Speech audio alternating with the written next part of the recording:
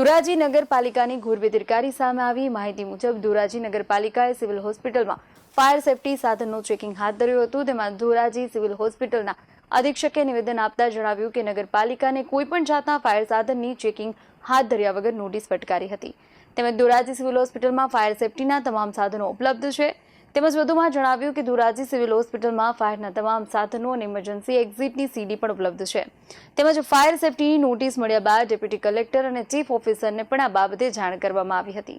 ત્યારે ધોરાજીના deputy collector અને chief ઓફિસરે આ બાબતે જવાબદારીમાંથી હાથ ઊંચા કર્યાનો પણ સિવિલ હોસ્પિટલના અધિક્ષક દ્વારા આક્ષેપ કરવામાં આવ્યો છે।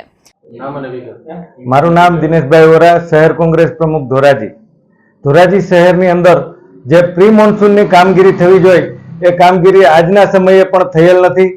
અધિકારીઓ પૂર પહેલા પાળ બાંધવાની હોય પરંતુ અધિકારીઓ કાગળ ઉપર માત્ર કામગીરી કરે છે। જ્યારે વરસાદ વધુ પડે અને પૂર આવે અને લોકોને મુશ્કેલીનો સામનો કરવો પડે ત્યારે તંત્રની બેદરકારી સામે આવતી હોય છે। આ બાબતે સ્થાનિક ધારાસભ્ય ચૂંટાયેલા છે તે પણ કોઈ પ્રક્રિયા કે કોઈ કામગીરીમાં રસ લેતા નથી।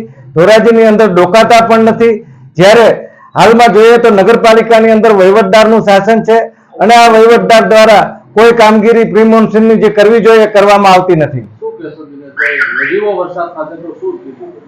નજીવો વરસાદ થાય ત્યારે પણ નદી નાળા અને જે હોકળાઓ પસાર થતા હોય શહેરની અંદર એ હોકળાઓમાંથી પાણી ગામની અંદર ફરી વળે છે અને લોકોને હાલાકીનો સામનો કરવો પડે છે।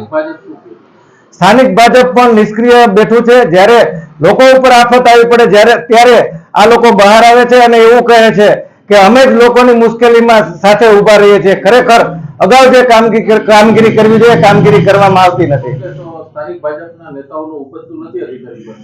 અધિકારીઓને એ તો ભૂતકાળની વાત પણ કરું તો નગરપાલિકાની અંદર લેટર લખી પત્ર લખી સ્થાનિક ભાજપના આગેવાનો જાણ કરે પરંતુ અધિકારીઓ પાસે પોતાનું કઈ હાલતું નથી તેવું લાગી રહ્યું છે। BS9 TV ન્યૂઝ સાથે કૌશલ સોલંકી, ધોરાજી।